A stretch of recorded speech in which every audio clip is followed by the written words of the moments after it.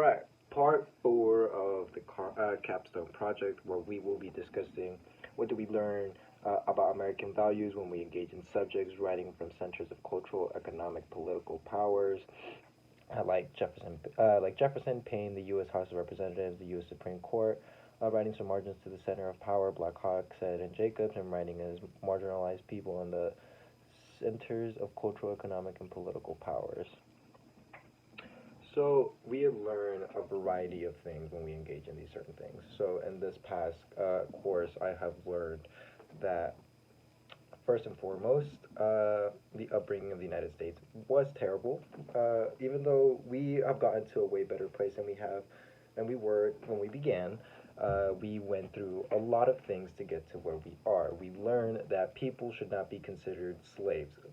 If no ifs and or buts about it, the unfair treatment of anybody regarding race, gender, or race, gender, or religion is completely wrong. Everybody should have the liberty to believe what they want, and should be able to have the exact same rights as a regular white man, regardless of who they are and what they look like. Yes, of course. So, but when we engage in these subjects, we really just delve into the mindset of people that are from that specific time, and you get to see the type of people. You get to see what certain prominent historical figures were actually like. When you go back into, let's say, your upbringing in high school, you realize that they didn't really discuss a lot of defaults about certain historical figures, mostly because they were just considered great or founders of this country. Jefferson, of course, he did a lot of things to contribute to the United States progressing, but overall, he did have a prominent slave background where he did abuse a very whole lot of people, which puts you into a new light and a new perspective to not certainly believe everything that you hear. The U.S. House of Representatives and the Supreme Court taught us that even though certain cases were brought into light to treat people fairly or differently, there were still certain halves of the U.S. Supreme Court that did not really recognize um, people that are for different cultures, religion, or gender. Sometimes they didn't view them as people, which led to a lot of mistreatment, a lot of mishandlement, and a lot of unfair trials. But in the end, we came out on top, which was very much appreciated.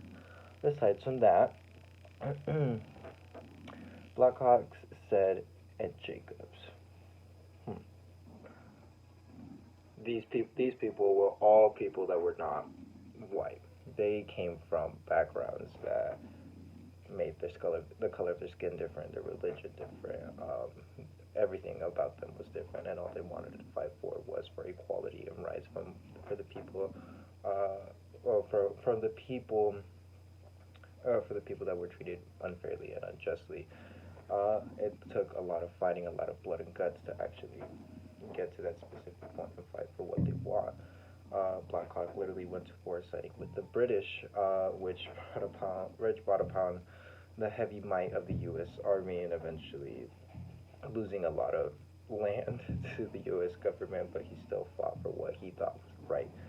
Jacob spoke out about what she believed was right, even though being the first historical black woman to actually speak upon very controversial topics, being very brave, she was at risk for a lot of things, despite even just fighting for what she believed in, which was very valiant, very brave, even after she decided to take this step after losing two very important people in her life, her husband and a very close friend, David Walker.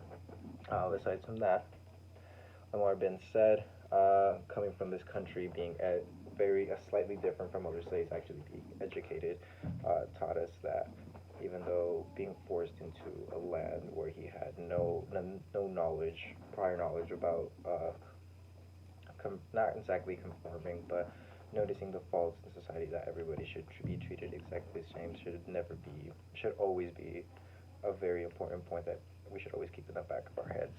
So it's just what we learn from these people and these prominent figures is just in all history, and they are mistakes that we should all learn from and take notes from if we're looking to progress forward as a society and better as a population.